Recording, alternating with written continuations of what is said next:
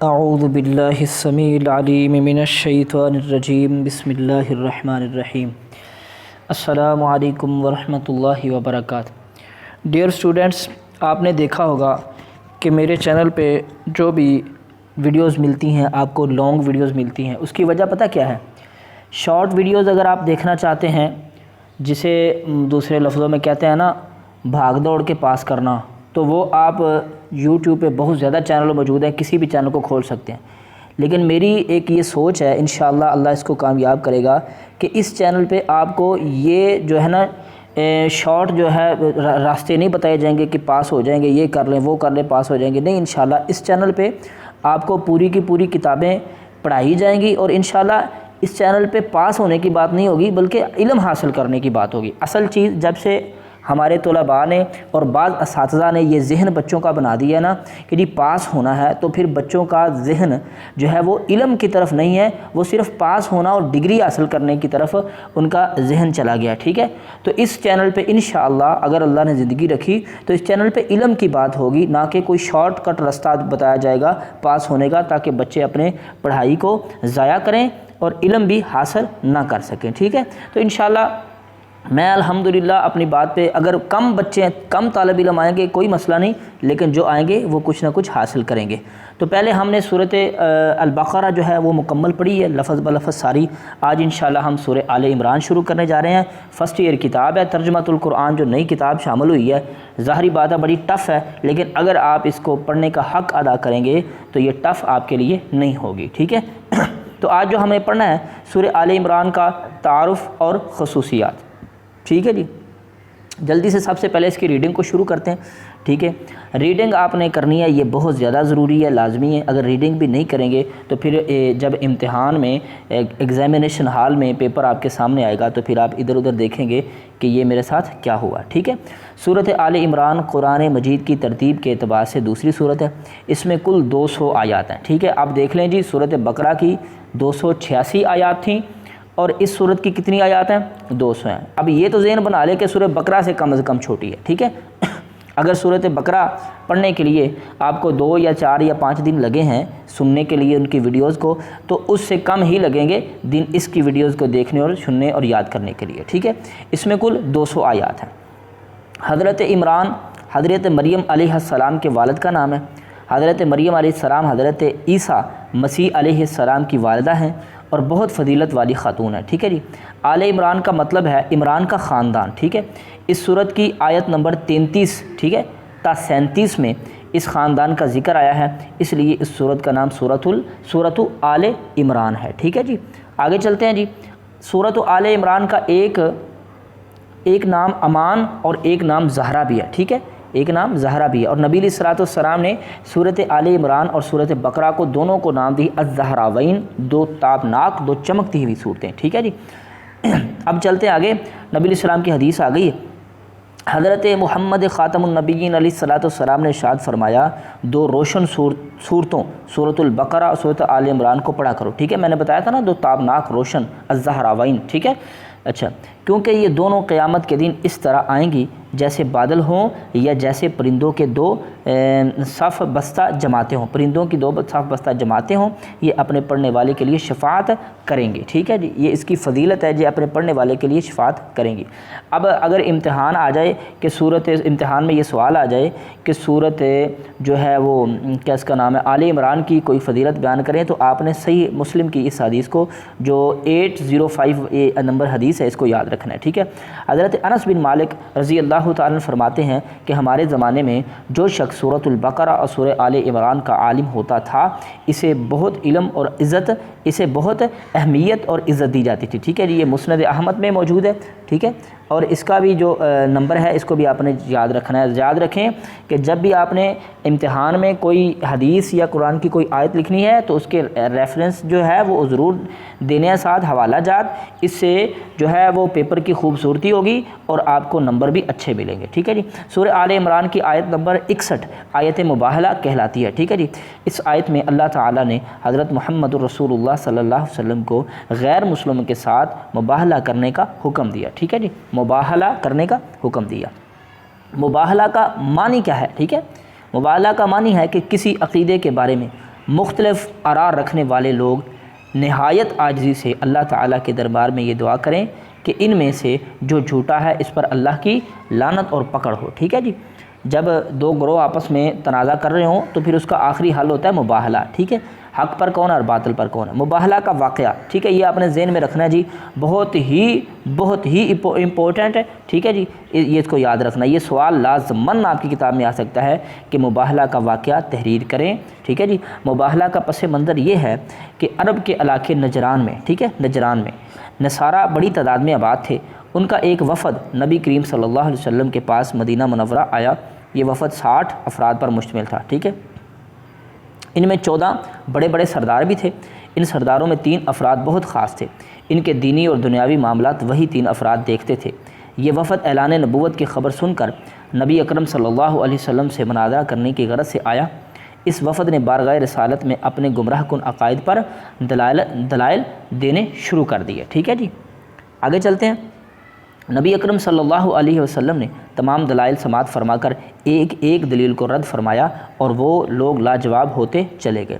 پھر اللہ تعالیٰ نے سورۃ آل عمران کی آیت نمبر 61، یہ آیت بھی آپ نے یاد رکھنی، آیت نمبر 61 ہے آیت مباہلہ میں نبی کریم صلی اللہ علیہ وسلم کو ان سے مباہلہ کرنے کا حکم دیا۔ یہ حکم ہونے کے بعد حضرت محمد خاتم النبیین علیہ السلام نے حضرت علی المرتضیٰ کرم اللہ وجہہ، حضرت سیدہ فاطمہ الزہرا، حضرت امام حسن اور حضرت امام حسین رضی اللہ عنہما و علیہم السلام کو لے کر نجران کے وفد کے پاس مباہلہ کے لیے تشریف لائے۔ ٹھیک ہے جی، اس آیت میں حضرت سیدہ فاطمہ، حضرت علی اور حسن و حسین کی عظمت بھی نکلتی ہے۔ ٹھیک ہے جی، جو لوگ آیت مباہلہ کرتے ہیں ان کو اس پوری آیت کا مفہوم اور حدیث بھی ساتھ پڑھنی چاہیے کہ اس میں سب سے زیادہ فضیلت جو ہے اہل بیت میں کن لوگوں کی آتی ہے۔ ٹھیک ہے جی، تو اہل بیت کی فضیلت کو ذہن میں رکھنا، میں نے اس کے لیے ایک علیحدہ جو ہے وہ کتاب شروع کی ہوئی ہے، انشاءاللہ اس کو بھی گاہے بگاہے درس ہوتا رہے گا، وہ بھی کیونکہ میرا چینل ہے عربک چینل، تو عربک کتابوں کا ترجمہ جو انشاءاللہ اس چینل پہ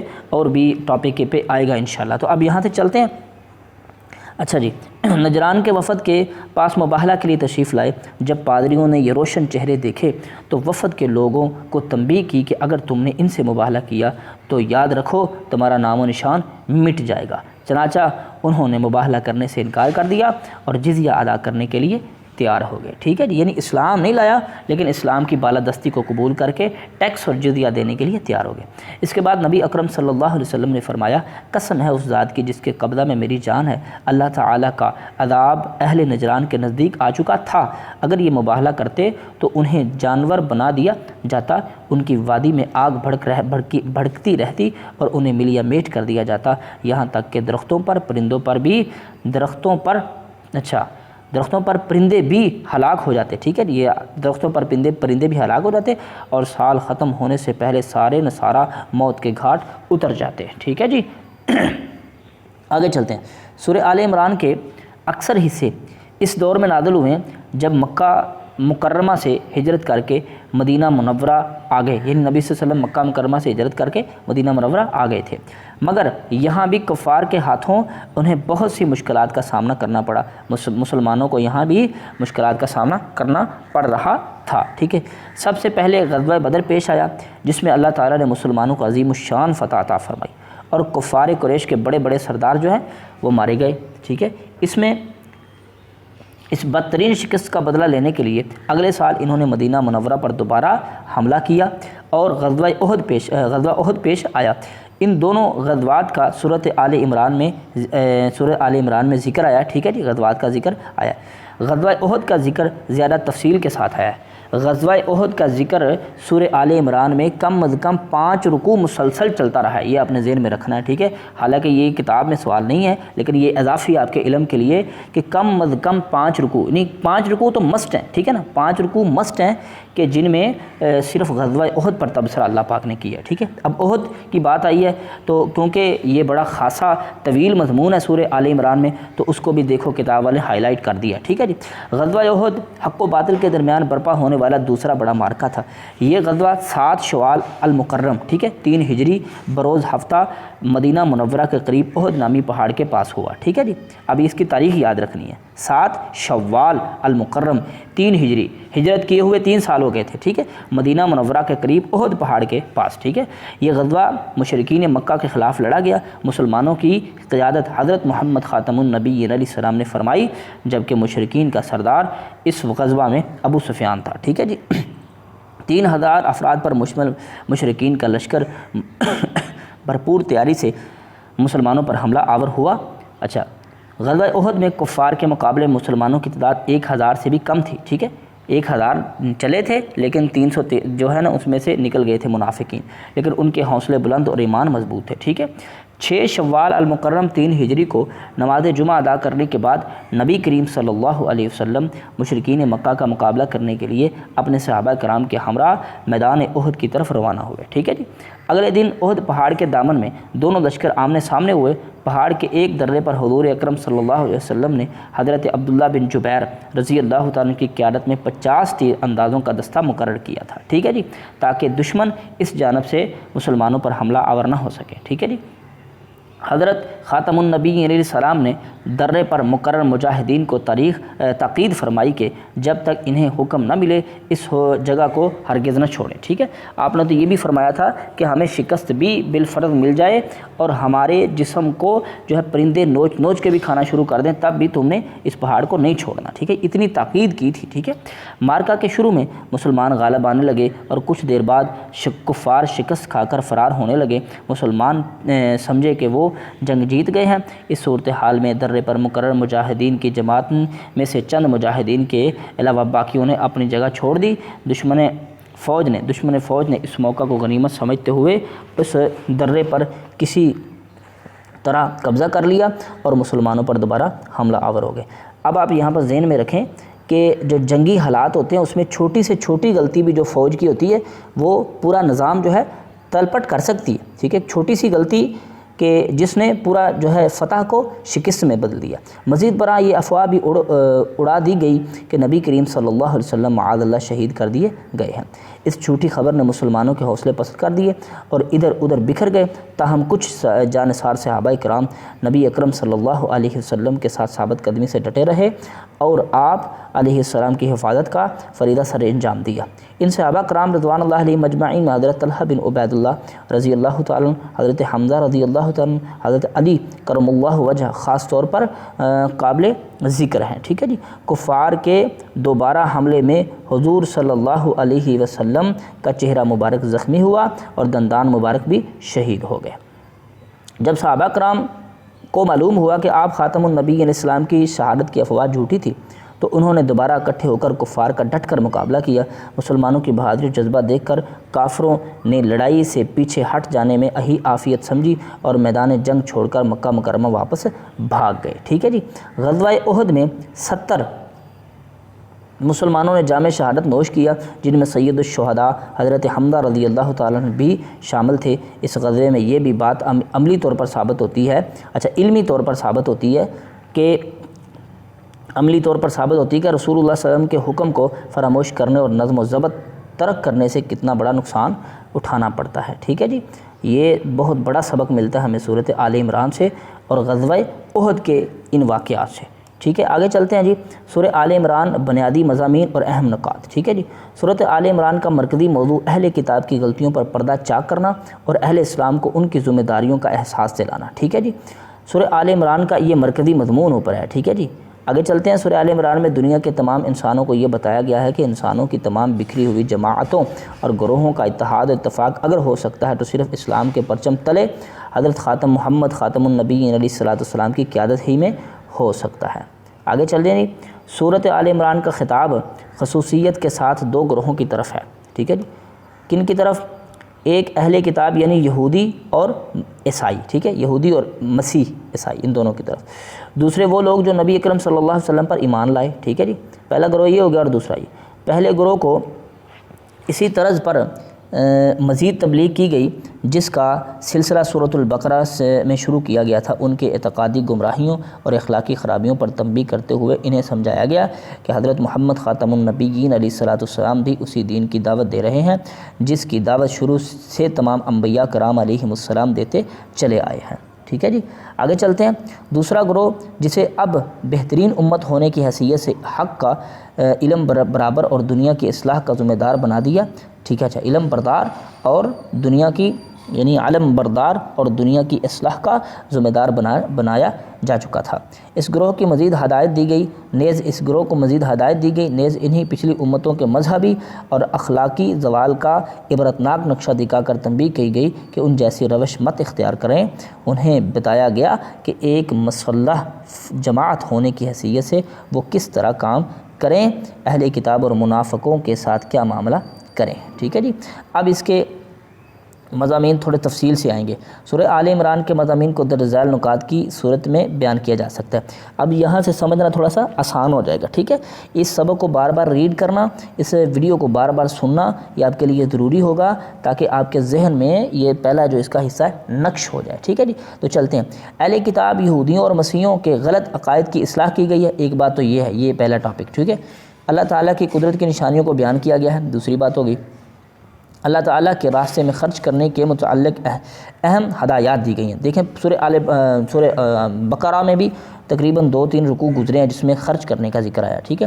سود کی حرمت کا بیان کا وعدے اعلان کیا گیا ہے. ٹھیک ہے جی. سورہ البقرہ میں جو سود کی حرمت کا بیان گزرا ہے وہ وعدے اس کا حتمی جو فیصلہ نہیں تھا، لیکن سورہ آل عمران میں حتمی ہوگا. اہل کتاب کے قبلہ اول سے متعلق نظریہ کو غلط قرار دیتے ہوئے بیت اللہ کی فضیلت اور اہمیت کو اجاگر کیا گیا ہے. ٹھیک ہے جی. امت مسلمہ کو بہترین امت فرمایا گیا ہے. ٹھیک ہے جی. امت مسلمہ کو باہمی اتفاق و اتحاد اور محبت و الفت کی اہمیت سے آگاہ کیا گیا ہے جو ان کی سب سے بڑی ضرورت ہے. ٹھیک ہے جی. لوگوں کو نیکی کا حکم دینے اور بدی سے روکنے کی تلقین کی گئی ہے. غزوہ بدر کا مختصر اور غزوہ احد کا مفصل ذکر ہے. ٹھیک ہے جی. اس صورت میں بھی جو ہے میں نے بتایا نا آپ کو کہ مفصل ذکر آئے گا. ٹھیک ہے جی. بخل پر وعید اور صبر کی تلقین مؤثر انداز میں کی گئی ہے. اچھا، کافروں سے مرعوب نہ ہونے، جہاد اور میدان جنگ میں ثابت قدم رہنے کا حکم دیا گیا ہے. سورہ آل عمران کے اختتام پر فلاح و کامیابی کے اصول بیان کیے گئے ہیں. اب اس کے علمی اور عملی نکات کی طرف آ جاتے ہیں. ٹھیک ہے جی. علمی اور عملی نکات. سورہ آل عمران کے مطالعے سے جو علمی اور عملی نکات معلوم ہوتے ہیں ان میں سے چند یہ ہیں. پہلا، دنیاوی زیب و زینت و مال و اسباب عارضی اور فانی ہیں، آخرت کی زندگی دائمی ہے. ٹھیک ہے جی. صبر کرنا، سچائی کی راہ اختیار کرنا، فرما برداری کا رویہ اپنانا، اللہ تعالیٰ کے راستے میں خرچ کرنا اور تہجد کے وقت استغفار کرنا جنت والوں کی نشانی ہے. دو چیزیں ہوگی. حق کی مخالفت میں ہٹ درمی کا رویہ انسان کے لیے ہدایت سے محرومی کا سبب بن جاتا ہے. یہ اب 3 چیزیں پڑھ لی ہم نے. ٹھیک ہے. چوتھی بات کیا ہے؟ اللہ تعالیٰ کی محبت کے حصول کے لیے نبی اکرم صلی اللہ علیہ وسلم کی اتباع ضروری ہے. ٹھیک ہے. یہ بہت ہی اہمیت کی حامل بات ہے. صبح و شام کثرت سے اللہ تعالیٰ کا ذکر کرنا. ٹھیک ہے. چھٹی بات کیا ہے؟ دین کی دعوت کا ایک اصولی طور پر ان امور پر بات کی جائے جن پر سننے کا اتفاق ہو. ٹھیک ہے جی. اچھا، کسی شخصیت سے محبت اور تعلق کی اصل دلیل اس کی پیروی کرنا. ٹھیک ہے جی. کسی شخص میں بھی کوئی ٹھیک ہے کسی برے شخص میں بھی کوئی اچھی بات اور کسی برے گروہ میں بھی کوئی شخص اچھا ہوتا ہے. عدل کا تقاضا یہ ہے کہ اگر کسی شخص میں کوئی اچھی بات نظر آئے تو اس کا اعتراف کیا جائے. جس طرح اللہ نے اس صورت میں انشاءاللہ جب پڑھیں گے یہودیوں اور عیسائیوں کا بھی جو اچھی باتیں تھیں ان کا اللہ نے خاص طور پر عیسائیوں کا اعتراف کیا ہے. تمام انبیاء کرام علیہم السلام دین اسلام ہی کی تعلیم لے کر آئے ہیں. دین اسلام کے سوا کوئی اور نظام زندگی اللہ تعالیٰ کے ہاں قابل قبول نہیں ہے. ٹھیک ہے جی. اہل ایمان کو چاہیے کہ وہ ہر وقت اللہ تعالیٰ کو یاد رکھیں، گناہوں سے بچتے رہیں اور ایسے زندگی گزاریں کہ جب بھی موت آئے تو اسلام کی حالت میں ہو. ٹھیک ہے جی. آگے چلتے ہیں. خوشحالی اور تنگی کی حالت میں خرچ کرنا، غصہ پی جانا، لوگوں کے قصور معاف کر دینا، دوسروں کے ساتھ احسان کا معاملہ کرنا، گناہوں پر توبہ کر لینا اور ہٹ درمی اختیار نہ کرنا ایمان والوں کا شیوا ہے. ٹھیک ہے جی. یوں سمجھے کہ پوری صورت کا نچوڑ ہی ان علمی اور عملی نکات میں انہوں نے بیان کر دیا. غم اور مصائب کی ایک اہم حکمت یہ ہے کہ ایمان والوں کی تربیت ہو اور وہ کسی نقصان پر مستقل پریشانی کا شکار نہ ہوں. ٹھیک ہے جی. ایک غلطی سے دوسری غلطی جنم لیتی ہے. گناہ کا ارتکاب ہونے پر توبہ کر لینی چاہیے. ٹھیک ہے جی. ہر زندہ شے کو ایک دن موت آنی ہے. دنیا کی زندگی عارضی اور دھوکے کا سامان ہے. کامیابی وہ ہے جو جہنم کی آگ سے بچا لیا گیا اور جنت میں داخل کر دیا گیا. وہ بندہ کامیاب ہے کہ جو جنت میں داخل کر دیا گیا اور جہنم کی آگ سے بچا لیا گیا. ٹھیک ہے جی. اب چلتے ہیں 16ویں بات کی طرف. عقل مند وہ ہیں جو ہر حال میں اللہ تعالیٰ کو یاد رکھتے ہیں، کائنات پر غور و فکر کرتے ہیں اور تسلیم کرتے ہیں کہ یہ سب کچھ بیکار پیدا نہیں کیا گیا، پھر اس نتیجہ پر پہنچتے ہیں کہ ہماری تخلیق بھی بیکار نہیں ہے۔ ٹھیک ہے جی۔ اگلی بات ہے، اہل ایمان کو صبر اور ثابت قدمی کا مظاہرہ کرتے ہوئے سرحدوں کی حفاظت کے لیے کمر بستہ رہنا چاہیے، اللہ تعالیٰ کے عذاب سے ڈرتے رہنا چاہیے۔ ان باتوں کو اختیار کریں گے تو دنیا اور آخرت میں کامیابی ہوگی۔ ٹھیک ہے جی۔ آگے فائنل میں صورت آ گئی ہے، انشاءاللہ پڑھیں گے صورت کو۔ آپ نے دل چھوٹا نہیں کرنا، ان ساری کتاب کو اچھے طریقے سے پڑھنا ہے، علم بہت زیادہ آپ کو حاصل ہوگا، اور اصل مقصد علم ہے جو میں نے شروع میں بات بتائی ہے۔ ٹھیک ہے جی۔ تو چلتے ہیں انشاءاللہ آگے صورت کو پڑھیں گے، تب تک کے لیے آپ اس سبق کو دہرائیں، اچھے طریقے سے یاد کریں۔ میرا اور آپ کا اللہ حافظ۔